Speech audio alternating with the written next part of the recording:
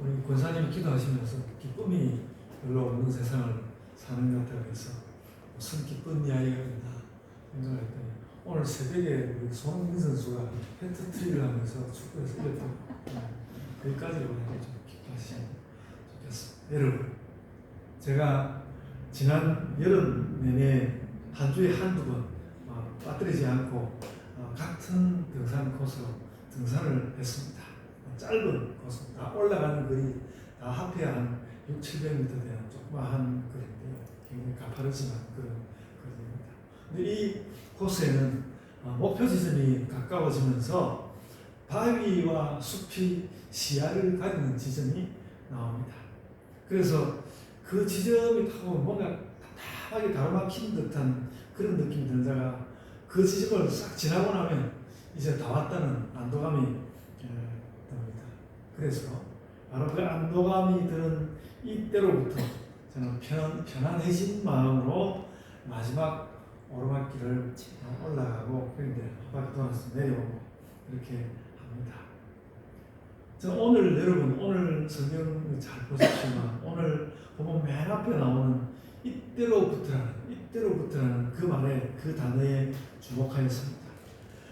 무엇인가가 새로운 국면이 되거나 혹은 또 무엇인가가 기적적이 되거나 또 무엇인가 문제가 해결되거나 혹은 또 갈 길을 찾게 되거나 그런 느낌이 이 한 단어에서 굉장히 강렬하게 느꼈습니다. 이거 그러니까 뭔가 성경 말씀이 새로운 국면으로 넘어가는 게 굉장히 중요한 넘어가는 한마디의 단어입니다. 그래서 여러분에게도 이때로부터라는 여러분 삶에서 이때로부터라는 지점이 또렷하게 자리 잡기를 제가 강렬하게 바랍니다. 오늘 아침에 나가보니까 그 비가 오고 그런 일이라서 그런지 더 가을이 오는 선선한 느낌이 오는데 가을과 함께 뭔가 이때로부터 달라지는 그런 것이 여러분들에게 자리 잡기를 강렬하게 바랍니다. 오늘 말씀에 들어가 보려고 하는데요. 여러분 예수님은 생애 대부분의 시간을 나사렛에서 보냈습니다. 그러다가 복음을 전하기 시작할 때는 가버나움으로 이사하였습니다. 그리고 3년 가까운 시간을 가버나움을 중심으로 보내시다가 그 3년 사역의 마지막이 되어갈 때, 그 3년 사역의 마지막이 되어갈 때 예수께서는 비로소 갈릴리를 떠나서 유대 땅 예루살렘을 향하였습니다. 물론 요한복음 보면 좀 그 예루살렘에 몇 번 다녀오신 같은 그런 느낌이 듭니다만 그렇습니다. 오늘 본문은 그 예수께서 거의 대부분의 시간을 나사렛에서 사시고 또 사역의 대부분을 가버나움에서 사시다가 이제 갈릴리로 가는 굉장히 큰 변화죠. 굉장히 큰 변화인데 그 변화가 일어나는 결정적인 지점입니다. 그래서 21절의 요지는 바로 이때로부터 예수께서 그 16장 21절 이때로부터 예수께서 십자가와 부활을 주제화하셨다는 말씀을 하고 있습니다. 이때로부터 예수님이 그 십자가 이야기와 부활 이야기를 열심히 하기 시작했다는 것입니다. 한번 읽어보면요. 이때로부터 예수 그리스도께서 자기가 예루살렘에 올라가 장로들과 대제사장들과 서기관들에게 많은 고난을 받고 죽임을 당하고 제3일에 살아나야 할 것을 제자들에게 비로소 나타내시니 그렇게 말씀하였습니다. 제자들에게도 이때까지는 그것을 그렇게 잘 말씀하지 않았다는 것입니다. 그러나 이제 아직은 예루살렘은 아니고 아직은 또 갈릴리에 계신 중입니다.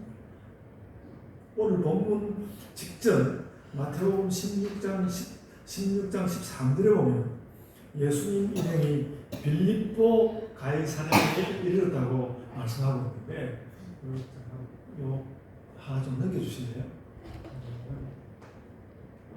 지도가 안 나오군요. 잠깐만 있는데 제가 실으려고 했는데 못 실었습니다. 그러니까 빌립보 가이사랴는 그 갈릴리 호수보다 약간 북쪽에 있는 지점입니다. 약간 북쪽에 있는데 지중해 해변에 또 해변에 가이사랴가 있습니다. 해변에 가이사랴가 있고 빌립보 가이사랴가 있습니다. 그리고 나서 예수님이 아직 그 갈릴리 그 지역에 계시고요. 그리고 17장 1절 이하를 보면 예수께서 변화하시는 변화산이 나오는데 이 변화산은 역시 갈릴리 호수 남서쪽의 다볼산으로 알려져 있는데 이것도 여전히 갈릴리 땅이고 가버나움과 가까운 곳입니다. 예수님은 그렇게 여전히 갈릴리 이곳저곳을 아직 다니고 계셨습니다. 그리고 또 마태복음 17장 24절에도 아직 예수께서 그 베이스 캠프인 갈릴리 가버나움에 들어가 계신다고 말씀하고 있습니다. 그렇게 마태복음 16장, 17장, 18장은 예수님의 갈릴리 사역의 마지막 장면입니다. 16, 17, 18장이 그 갈릴리 사역의 마지막 장면이고요. 그리고 그 다음 19장 1절에 보면 예수님이 이제 19장 1절에 보면 예수님이 유대 땅에 계시고 21장에는 예루살렘 입성 장면이 나옵니다. 그리고 누가복음은 또 좀 다르게 기록되었지만 마가복음의 행로는 마태복음과 거의 일치합니다. 그러니까 마태복음 16장 말씀은 갈릴리 시대의 말미의 한 부분인데 사역 중에 오늘 16장을 보면요. 그 말미의 한 부분인데 사역 중에 특별히 그 말미의 한 사역을 장식하면서 16장에서 두드러져서 나오는 것이 뭔가 하면 예수님과 베드로의 그 대화의 장면입니다. 두 분의 대화가 눈에 쏙 들어오는데요. 한 번은 예수님이 베드로를 칭찬하고 한 번은 예수님이 베드로를 책망합니다. 마태복음 16장 16절 오늘 보면 약간 앞에 16장 16절에 나온 베드로의 고백은 신약 성경 전체를 대변할 만한 그런 고백입니다. 주는 그리스도시요 살아계신 하나님의 아들이십니다 라는 예수 그리스도 고백의 핵심이죠. 예수님은 그래서 이 말을 크게 칭찬하고 난 뒤에 그 말씀은 하늘에 계신 내 아버지께서 너에게 주신 것이라고 하였습니다. 17절에 이렇게 기록되었습니다. 그런데 그렇게 칭찬을 받고 난 다음에 확장 이어서 21절 이하에서는 베드로가 예수님께 무슨 말을 했다가 예수께 큰 책망을 듣게 됩니다. 예수께서 십자가를 말씀하고 있는데 고난받으신 일을 말씀하고 있는데 그런 일 일어나지 않을 거라고 베드로가 말하자 예수님은 이 말을 크게 꾸짖으시면서 사단아 내 뒤로 물러가라 사단아 물러가라 그렇게 말씀하여서 굉장히 크게 책망하시는 것입니다.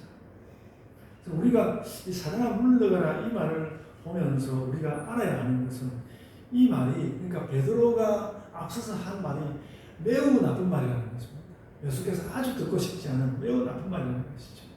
베드로는 예수님을 하나님 아들이라고 영광스럽게 고백했지만 16장 16절에서 그 하나님 아들이 십자가를 향할 거라는 생각은 하지 않았던 것입니다.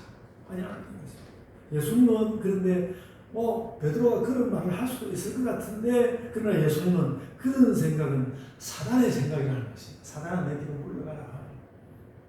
베드로의 이 양면성, 베드로가 보여주고 있는 이 양면성, 주는 그리스도시요 살아계신 하나님의 아들이십니다. 그렇게 고백하고 난 뒤에 그 다음에는 또 사단이나 입에 담으라는 말을 그렇게 이야기하는 그런 베드로의 양면성은 오늘의 기독교인들에게도 고스란히 그대로 연속되어서 흘러오고 있습니다.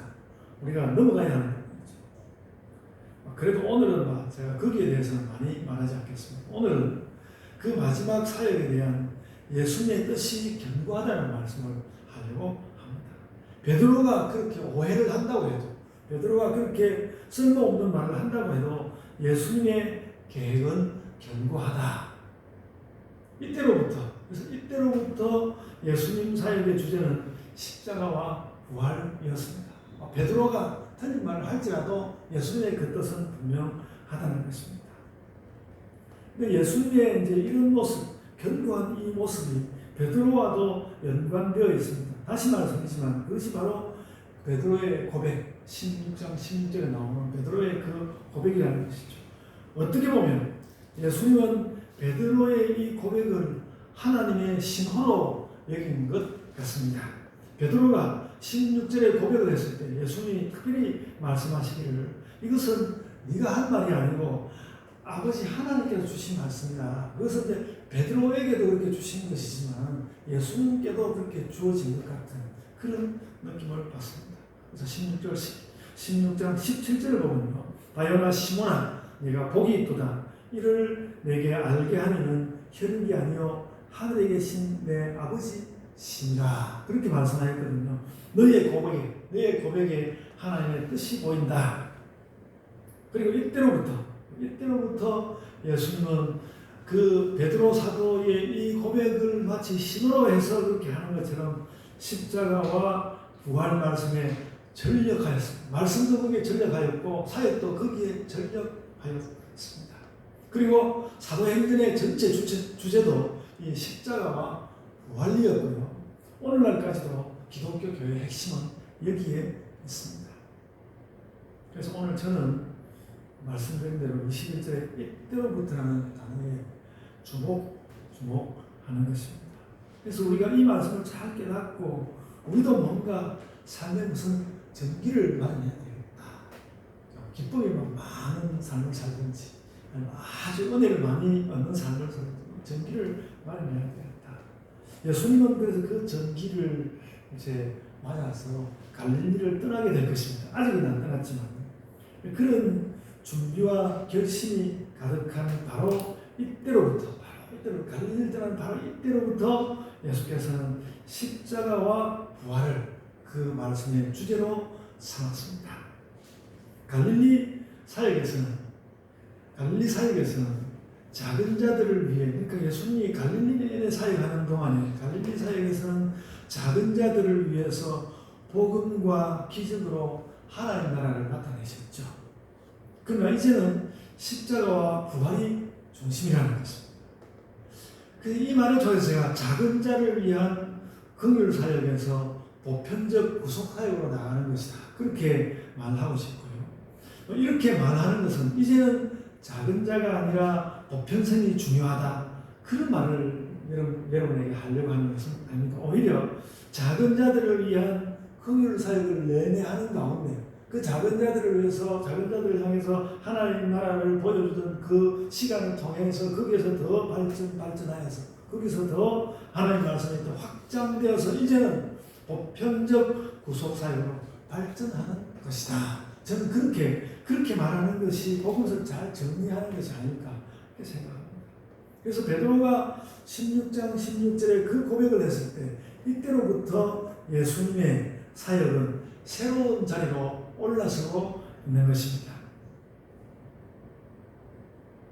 여러분 그리고 그 새로운 자리에 올랐을 때 중요한 사실 하나는 뭔가는 중요한 사실은 예수께서 이 중요한 국면에 나아감에 있어서 그 변화를 예수께서 결정하셨다는 것입니다. 예수께서 그를 결정하셨고 이제부터 내가 십자가와 부활 말씀을 전해야겠구나.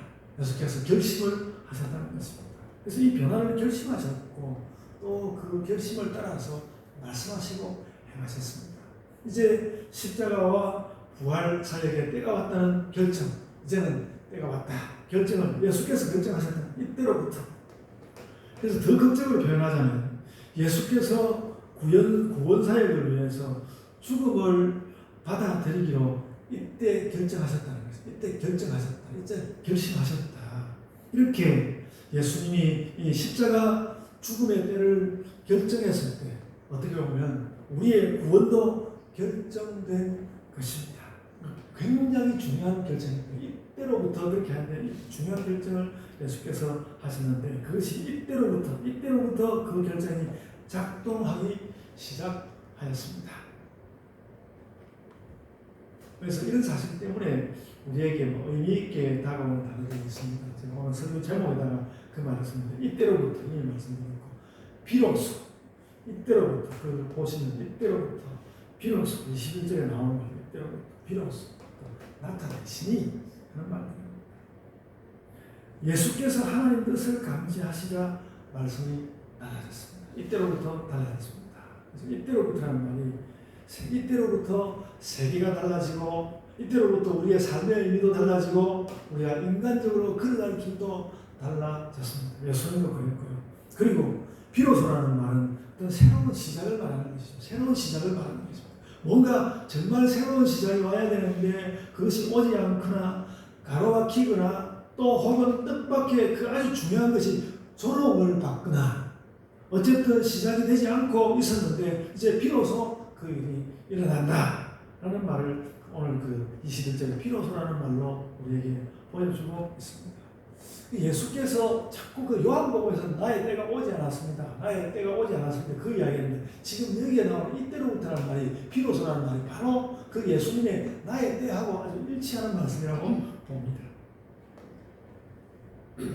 그리고 그 다음 나타내시니라는 말은 이게 전에는 나타나지 않았다는 것이죠. 전에는 보이지 않았다는 것입니다. 십자가와 부활이 아직 그 모양을 나타내지 않고 있었는데 예수께서 그 하나님으로부터 신호를 받게 되자 이제 그 일은 나타나게 되었습니다. 그래서 여러분 오늘 이 말씀을 기억하시면서 이때로부터 비로소 나타내신 그것이 여러분 삶 가운데서 뭔가 그것이 여러분 삶 가운데서 뭔가 변모된 어떤 것으로 이때로부터 비로소 나타나는 그런 삶을 여러분들이 살아가시면 참 좋겠습니다. 그래서 예수님의 새롭게 하신 역사가 이렇게 우리에게 왔습니다. 오늘 본문에서 우리는 예수님이 새로운 시작을 하는 결심을 볼 수 있습니다. 예수님이 우리가 똑같이 결심하는 그런 우리 사람들이 가지고 있는 그런 심리를 똑같이 예수님이 가졌는지는 잘 모르겠습니다. 그러나 예수님도 인성을 가졌으니까 비슷한 부분이 있다고 보고요. 예수께서 겟세마네 동산에서 기도하시면서 할 수 있으면 이 잔을 물려달라고 그렇게 말씀하신 것, 그렇게 기도하신 것을 보면 예수님이 우리와 비슷한 심리를 가지고 계셨던 것 같고 그래서 그 결심을 해야 할 때 이때로부터 예수님은 결심을 해가지고 그 일을 밀고 가신 것이 분명합니다. 그래서 제가 오늘 하려고 하는 말씀은 우리가 뭔가 새로운 시작의 결심을 잘하면 그것이 예수님의 구속사역의 결심처럼 굉장히 의미 있지 않습니까? 예수님의 그 구속사역의 결심처럼 뭔가 의미 있는 것이 될 수 있다는 것입니다. 우리가 결심을 잘하면 예수께서도 결정을 다 하셨는데 우리도 어떤 결정을 잘하게 되면 의미 있는 것이 될 수 있다. 물론 결심을 할 수 있는 우리가 이 세상을 살아보니까 내가 결심을 해도 잘 변하지도 않고 그래서 우리가 정말 의미 있게 결심할 수 있는 그런 기회가 쉽게 오는 것은 분명히 아니지만 그래도 우리가 어떤 선한 결심을 하면 그것은 우리에게 어떤 결정적인 변화가 될 수 있다. 그래서 오늘 저는 그래서 우리 자신의 새로운 삶에 대한 결심을 말씀하고 싶습니다. 가을이 언제는 가을이 안 온다 이런 생각이 되지만 너무 힘들었던 여름인데 가을을 맞이하면서 우리 자신의 새로운 삶에 대한 결심을 말씀하고 싶습니다. 그래서 우선은 좀 전에 이야기대로 결심을 하는 습관을 좀 가져야 하겠습니다. 결심하는 습관. 맨날 결심할 수는 없지만 중요한 때에 결심을 하는 그런 습관을 좀 배워야 하겠습니다. 조금 이제 이야기를 드리자면 우리는 하지 말아야 할 결심을 해서 인생을 망가뜨릴 수도 있고요. 그런 것도 생각을 해야 되겠어요. 제가 길게 이야기를 하지 않으려고 하는데 하지 말아야 할 결심을 해서 인생을 망가뜨릴 수도 있고 또 혹은 꼭 해야 하는 결심을 하지 않아서 내 인생이 아무런 색깔 없이 주저앉아 버릴 수도 있습니다. 하지 말아야 할 결심을 한 인물은 성경에서는 그 누구보다도 가룟 유다죠. 가인 같은 사람을 볼 수 있습니다. 죄의 결심은 내가 죄를 저질러 버려야 되겠습니다. 많은 죄가 기본적으로 탐욕에서 오긴 하지만 이 탐욕의 실행은 결심을 거치는 것입니다. 탐욕을 가지고 있어도 실행 안 될 수 있는데 이게 딱 결심을 하면 죄가 튀어나오게 되는 것이죠. 해야 할 일을 결심하지 않은 경우 중에 제 눈에 떠있는 사람은 여자사사 드보라와 함께 했던 바락이라는 사람입니다. 드보라가 거듭해서 할 수 있다. 하나님께서 인도하실 거다. 그렇게 자꾸 그에게 바락에게 출정을 권고했지만 바락은 나는 혼자서 못 갑니다. 그래서 결국은 드보라가 함께 가는. 그래서 뭐 어떤 계획이 어그러졌는지는 모르지만 결국 드보라가 동행하고 그 영광이 전혀 바락에게로 돌아가지 않은 것을 우리는 사사기에서 읽을 수 있습니다. 이렇듯이 우리는 결심하지 못해서 하지 못한 일들이 많이 있는 것 같습니다. 생각해보면 지나온 시간이 있는데 우리 그런 것을 넘어서는 삶의 자세를 가지는 것입니다.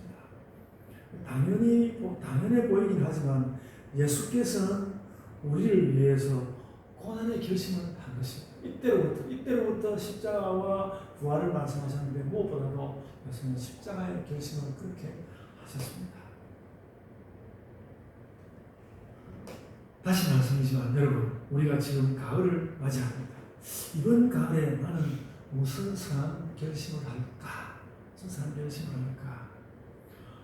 판이 다 짜여진 세상 가운데서 날이 갈수록 그렇죠. 제가 어떤 요즘에 환경을 걱정하는 그런 책을 받아봤는데 그 보니까 다 뭔가 전부 다 모든 작게 해가지고 그래도 뭔가 좀 살아갈 것을 작게 만들어가던 세상에 전부 다 큰 것들이 다 차지해버렸다는 거예요. 농사 짓는 것도 큰 회사들이 다 차지해버리고 또 무엇이든지 다 큰 것들이 다 차지하는 바람에 그 크게 된 것을 어떻게 변모시킬 수가 없는 세상으로 되어가는 것이 이 세상 그 환경을 돌이킬 수 없게 되어가는 것은 굉장히 큰 문제라고 이야기하는 것을 보았습니다. 큰 것들이 나와가지고 다 판을 짜버리죠.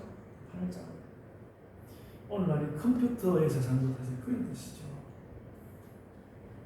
판이 다 짜여진 세상 가운데서 내가 이 나이에 무슨 새로운 시작을 할 수 있을까 참 어려운 문제입니다.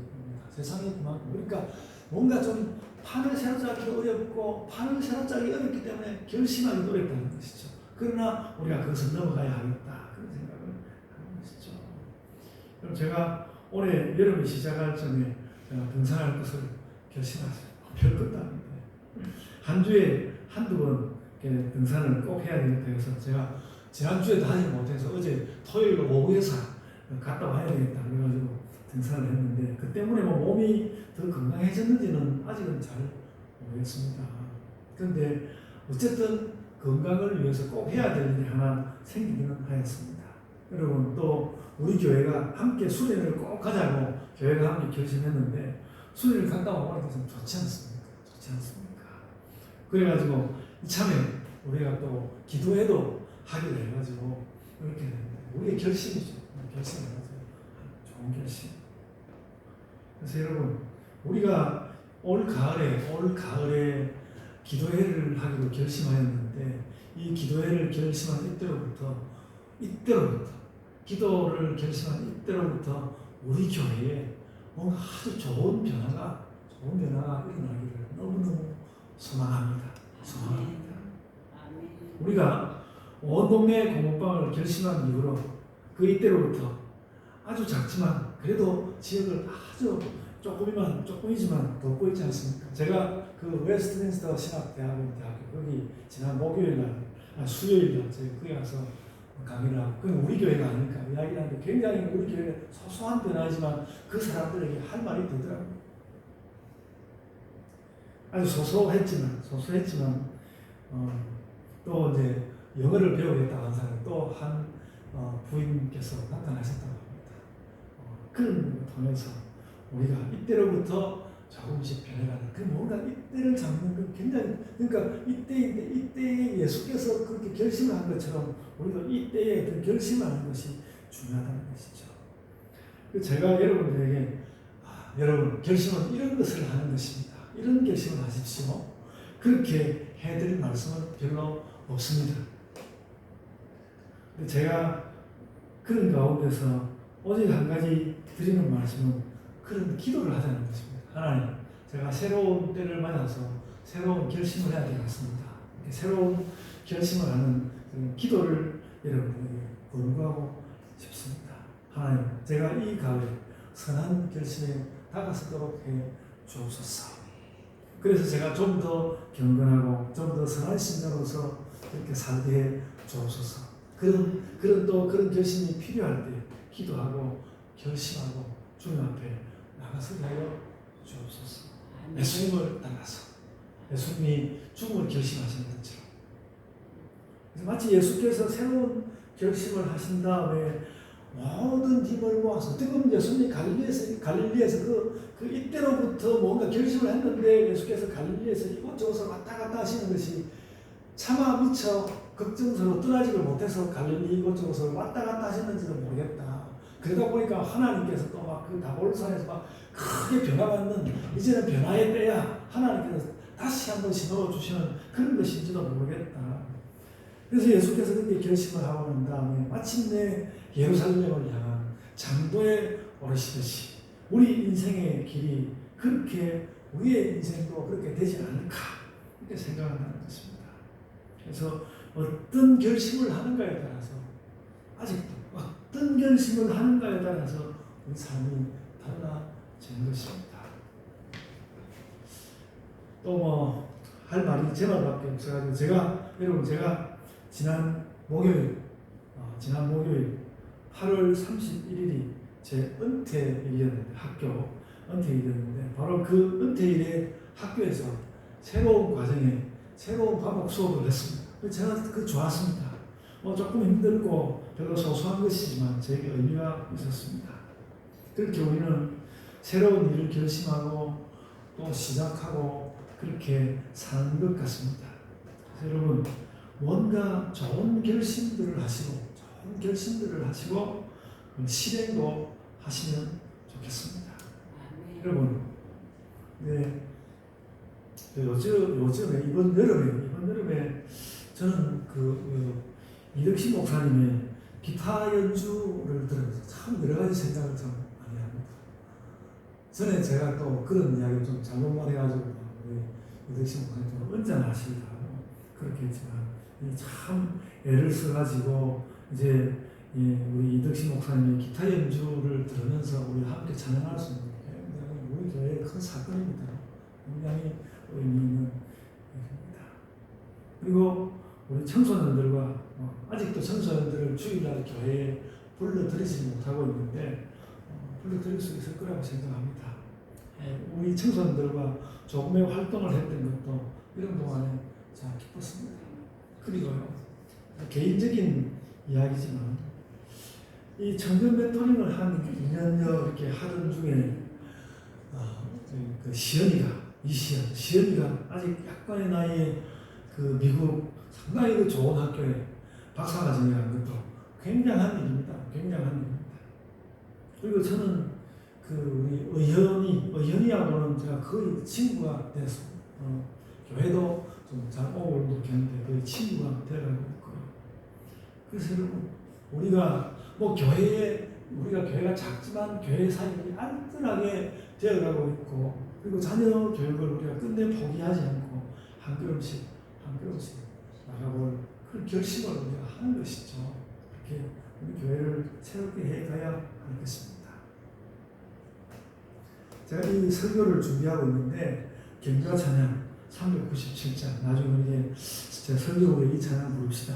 근데 이 찬양이 제 마음에 떠올랐습니다. 그 내용이 그런 것입니다. 예수님의 그 보혈을 거치고 나면 우리에게는 새로움이 온다는 것입니다. 예수님의 보혈을 거치고 나면 우리에게 새로움이 온다. 그런 찬양이군요. 정말 그 찬양과 같은 모습으로 우리 교회가 사라지기를 소원합니다. 우리가 그 예수 그리스도의 보혈 우리에게 다가오고 그래서 그 가운데 우리도 예수님께서 뭔가 결심하고 새로움이 다가옵니다.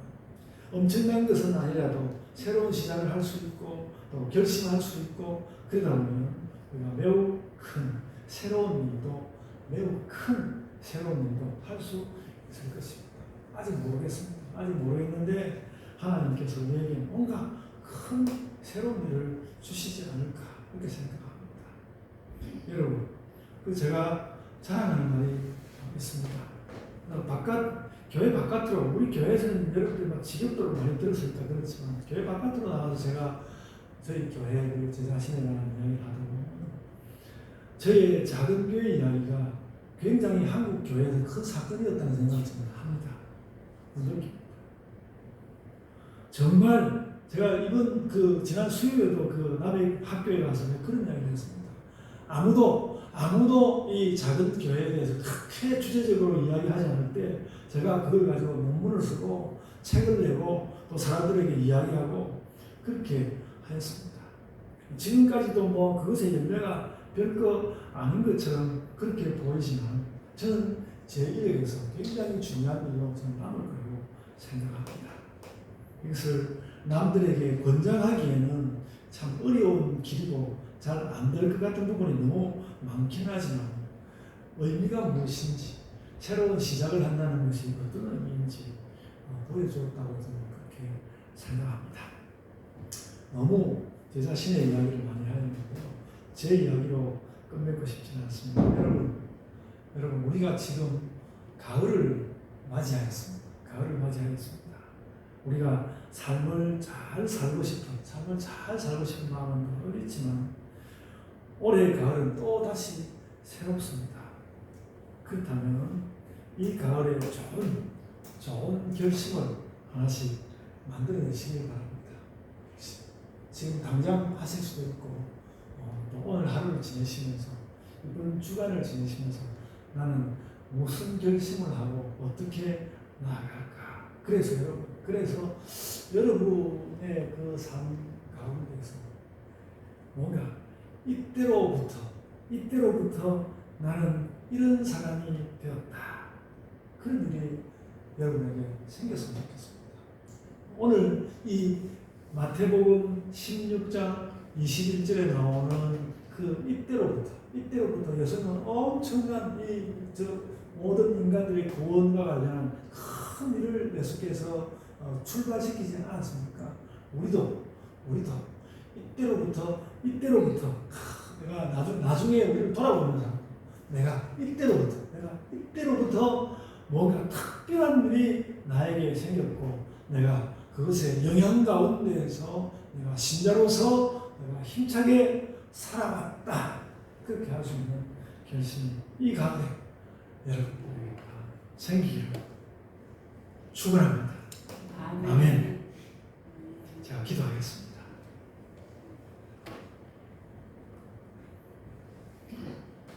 주님, 저희가 예수 그리스도의 길을 따라서 예수 그리스도께서 그 어떤 결심을 보여주시는 것처럼 주님, 저희의 삶 가운데서 또 혹은 저희의 일하는 일터에서 삶의 모든 자리에서 또 미래를 바라보는 우리의 어떤 기도에서 주님, 이때로부터 지금 여기로부터 우리가 무엇인가를 결심하고 그것을 실행해 나가며 또 때로는 그것 때문에 실패도 하고 그것 때문에 우리가 무엇인가를 이뤄내기도 하고 우리의 삶이 변화되는 그런 자리들을 얻게 하여 주시옵기를 원하옵나이다. 예수 그리스도께서 이러한 결심의 선생으로서 우리 앞에 걸어가시면서 이와 같이 말씀을 남기시고 흔적을 남기신 것을 우리가 마음 가운데 기뻐하며 또 그 예수 그리스도의 제자로서 우리가 이 일을 굳건히 힘차게 또 때로는 어려울지라도 내가 마음을 내어서 이때로부터 주를 향한 결심을 가지고 나아가는 자가 되겠습니다. 그런 기도로 그런 결심으로 그런 삶으로 살아가는 우리 온 여러분들 되게 하여 주옵소서. 감사하고 예수님 이름으로 기도드리옵나이다. 아멘.